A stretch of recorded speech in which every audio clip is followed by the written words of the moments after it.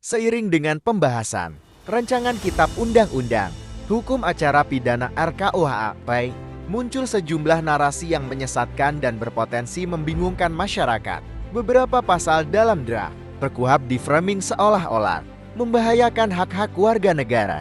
Padahal klaim-klaim tersebut tidak sesuai dengan isi pasal yang sebenarnya.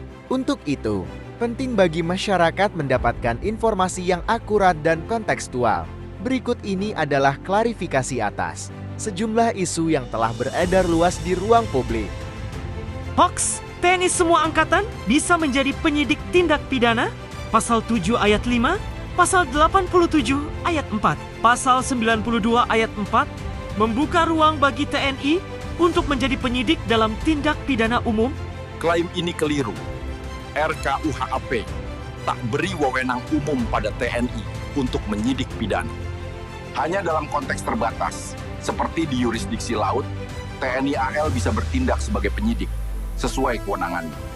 Polisi bisa melakukan penangkapan sampai dengan 7 hari dalam hal tertentu. Klaim ini hoax. RKUHP tetap batasi penangkapan maksimal 1/24 jam. Toleransi waktu hanya untuk kendala geografis, bukan alasan perpanjangan penahanan.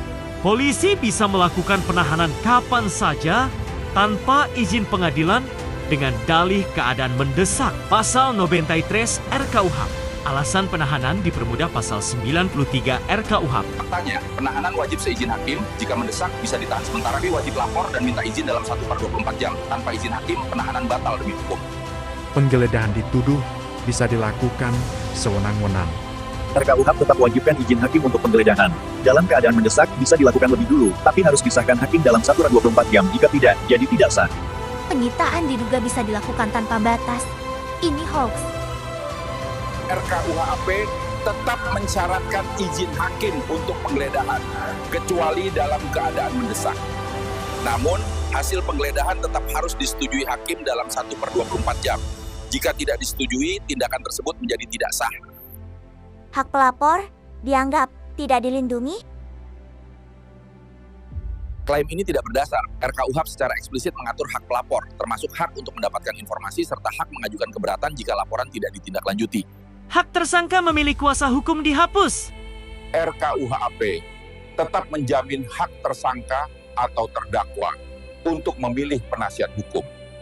Bagi yang tidak mampu, negara justru wajib menunjuk advokat pendamping. Tidak ada penghapusan hak, justru terdapat penguatan jaminan pendampingan hukum. Penyadapan dianggap bisa dilakukan tanpa kendali. Penyadapan tetap harus melalui izin pengadilan. Dalam kondisi mendesak, penyadapan dapat dilakukan dengan ketentuan bahwa pelaksanaannya segera dilaporkan dan diawasi secara ketat. Restoratif justice dituding sebagai celah penghentian perkara. RKUHP justru mengatur prinsip restoratif justice secara lebih komprehensif dengan orientasi pada korban.